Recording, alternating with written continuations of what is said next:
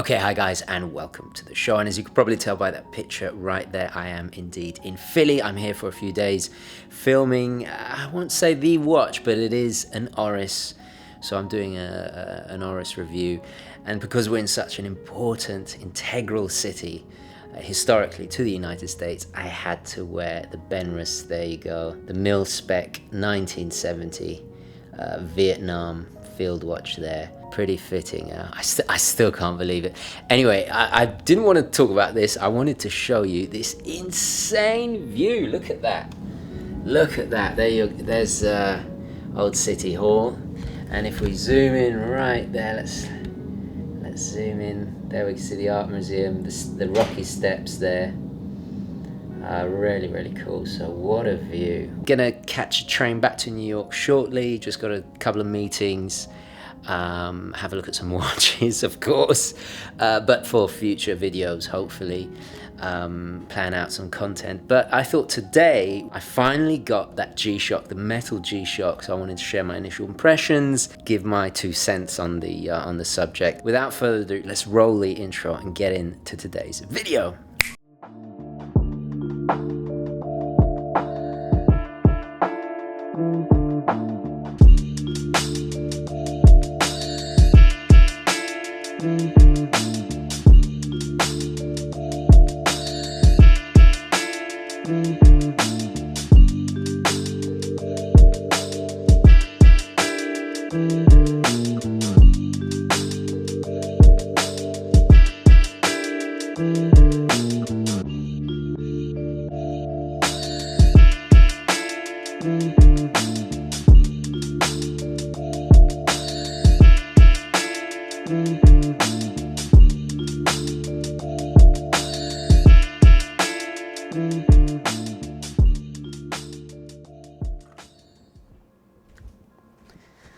So here we are back in the War Room in Queens, of course, after a bit of a hectic day running around Brooklyn to get you some lovely images of that iconic Brooklyn Bridge with the Manhattan skyline in the background. Where else better to test this bad boy out? So first of all, I should explain, I'm definitely very late to the game with this one. I have to admit, you know, I have my G-Shock here, which cost me 40 bucks, a little bit more for the adapters from J&K. I see G-Shocks generally as like the ultimate rugged, do-it-all tool watches, which is how they were originally intended to be and have been utilized by militaries and law enforcement, firefighters, you know, all kinds of extreme sports enthusiasts and all the rest of it.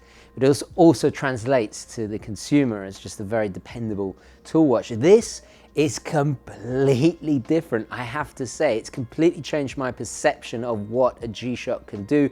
And also, most importantly, I think it gives us a little glimpse from G-Shock in the future. I think there's an amazing promise, dare I say even a little bit dressy with that high polish.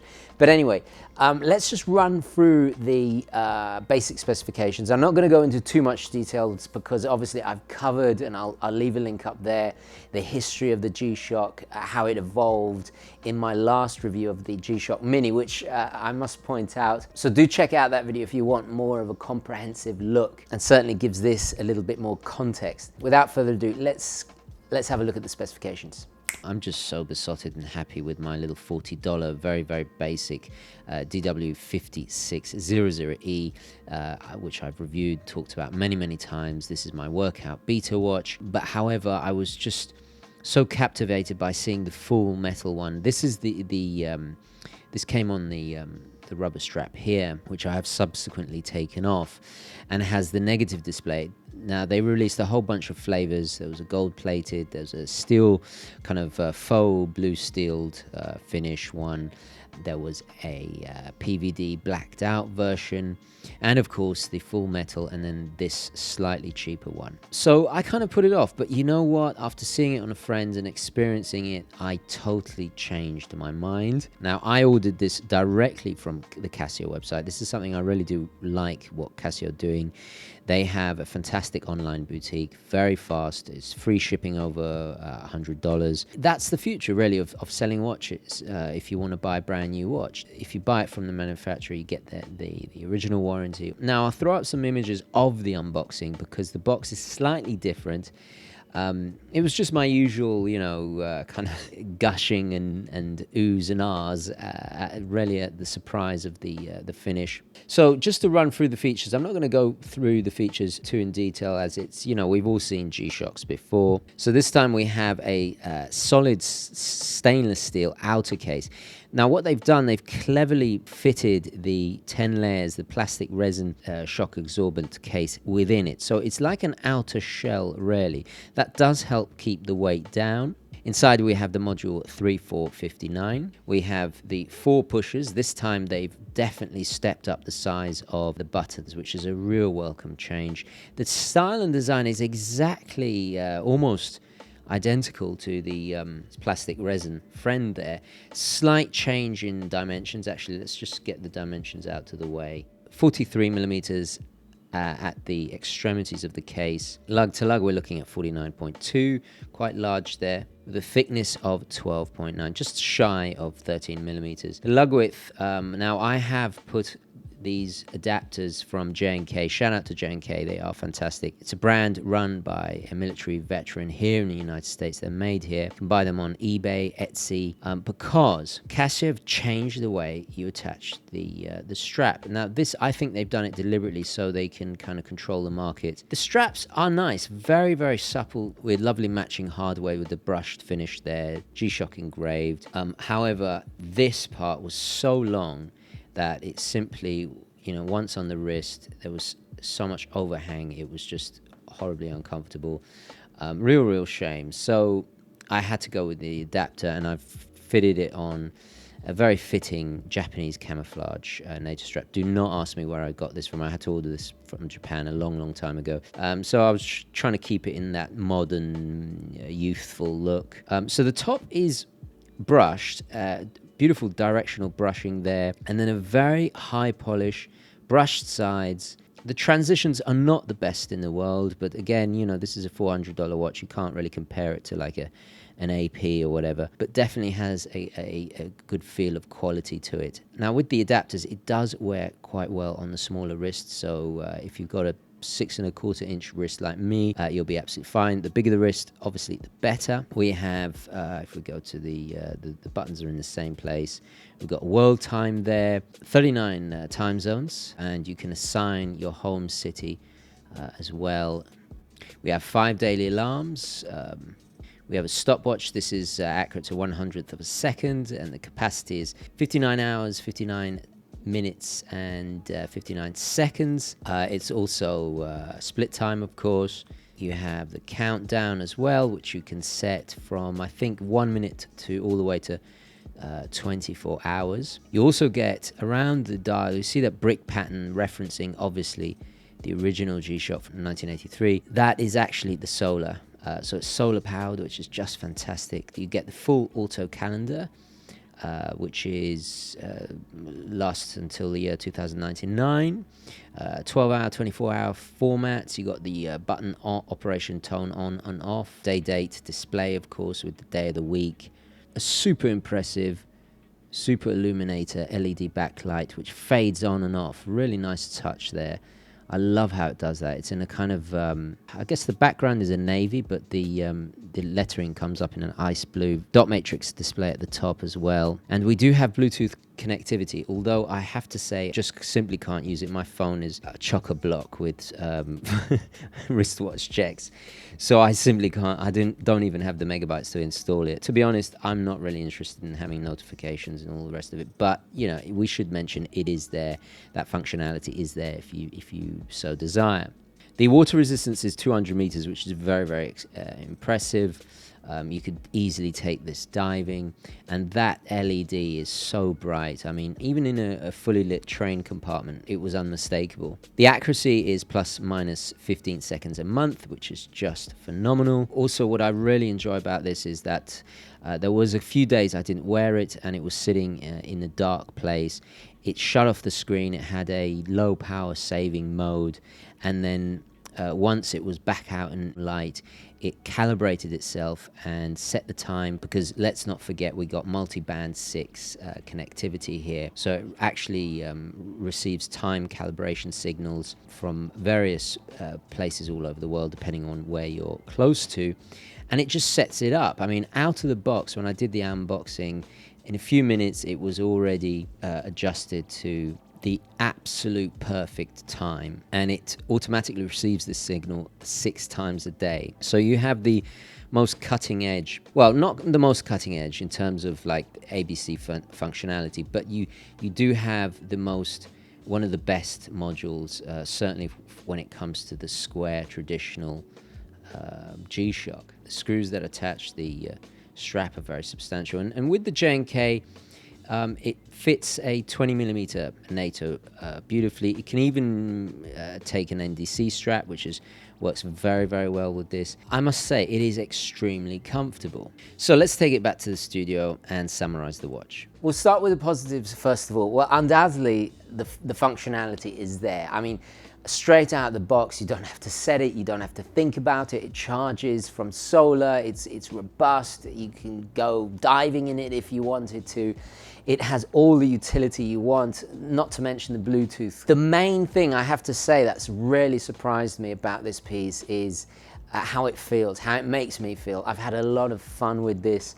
The negative display is excellent, quite possibly the best negative display I've ever experienced from G-Shock. Usually, I think back to my Mudman, that one, you had to really look at it straight on. This one, you can read it at all kinds of angles, stunning kind of hues of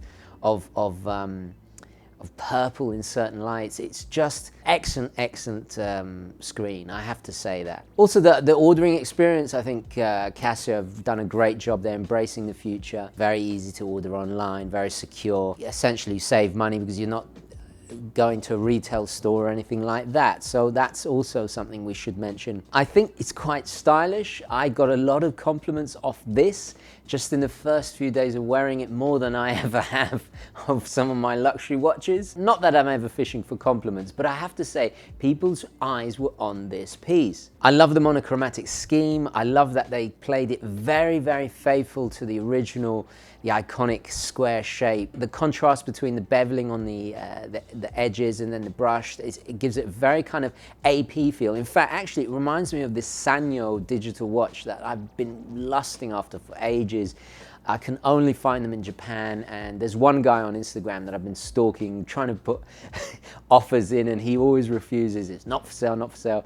Yeah, it's a bit discourteous of me, and I think some of it got lost in translation, but it does remind me of that watch, and I've always wanted that watch. Unfortunately, it's extremely rare and very expensive. Yeah, so this is a good compromise. I love the little hints to its heritage with the brick pattern, and the monochromatic scheme makes it a bit of a strap monster, certainly, and with the J&K, you can even, there are drilled lug holes, so you can even put, you know, a leather strap if you wanted to. God knows what that's going to look like, but I might even try it. Performance-wise, it is impeccable. You never have to worry about it being inaccurate with it. The multiband 6. Definitely my favorite change is those pushers compared to the pushers on my little G-Shock here, which actually, I must admit, are a little bit annoying. It's so much more ergonomic to have them larger, a vast improvement. So yeah, what about the negatives? Well, there are a few negatives too. The transition on the polishing is not the best in the world.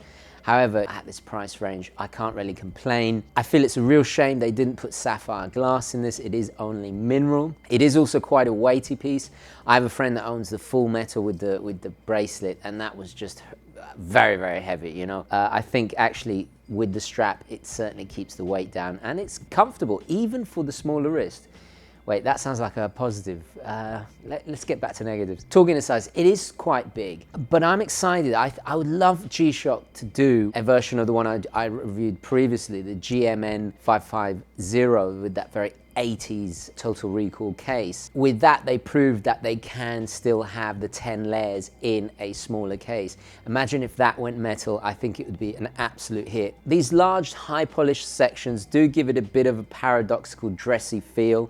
I would have loved it to be actually entirely brushed, but then just the beveling on the edges in a high polish, more like the AP. I think that would have given it a bit of an more understated look, because these are very reflective, and I think that's what gets a lot of attention once on the wrist. It does shift away from the more, you know, the honest, unpretentious, there to get the job done beta watch, right? It certainly is quite striking. I think it has quite an alluring appeal that I never expected from a G-Shock, and gives it a luxurious feel that, again, is not something I typically attribute to the G-Shock. But what is this watch for? It kind of makes me wonder. Is it, well, I guess at the end of the day, it is a great do-it-all watch. All those features, all those complications, it's just, you never ever have to worry about it or think about it, which I think in a way it's the kind of pinnacle of G-Shock. And if we really think back to Kiko Aibe's original intentions with the steel, it's certainly much more robust. So in a funny kind of way, even though it does look more refined, I guess you could say, it is, at the heart of it, still an absolute tank. I mean, now it is a steel tank. I almost forgot one more negative. This is the manual. It's very, I mean, by G-Shock standards, well, it's in multiple languages, but it's not the most, if you're not used to G-Shock, there's a bit of a learning curve to access all the features. It's not the end of the world, because their website is excellent and they have all the manuals downloadable in a very easy to understand way. But yeah, that's about it. I can't really complain much more. I think for $400, it certainly is good value. I just would have liked sapphire glass, that's all. And I think it would have been absolutely spot on. What G-Shock have done here is they've elevated the G-Shocks to a different thing entirely. Don't get me wrong, metal G-Shocks are nothing new. It's just new that they brought out the square one for the 35th anniversary, which I think is very, very fitting indeed. In fact, long overdue. However, at the end of the day, I think this is a glimpse into the future of what G-Shock are going to do. I think they're going to move into more serious kind of everyday digital watches, which, if you really think about it, is what Casio originally did. That's why they became the world's largest manufacturer of digital watches. It's because they've done it before, and I think this is the shape, quite literally, of things to come. It makes me excited about G-Shock again, and it's a totally different feeling from this. Yeah, I am enjoying it, despite it being quite large. It's funny how a change of material really changes the whole dynamic and feeling of the watch. But anyway, guys, let me know your thoughts. What do you think G-Shock has in store for us? Are you considering one? If you own one, do share your opinions. I'd love to hear back. I apologize, I'm a bit late to the game with this, but you know, especially being such a big G-Shock fan since childhood. I'm gonna leave it there. Let me know your thoughts, queries, comments, opinions, all the rest of it down below. Thank you so much for watching. Please don't forget to like this video if you enjoyed it and found it useful. And as always, guys, I will catch you in the next one. Okay, ciao. This is a public service reminder for the good Gentry. Please follow us on Instagram, join the Facebook UGWC group, and click on the bell to keep notified of new videos. Don't forget to keep it positive, keep it Gentry, onwards and upwards. Thank you.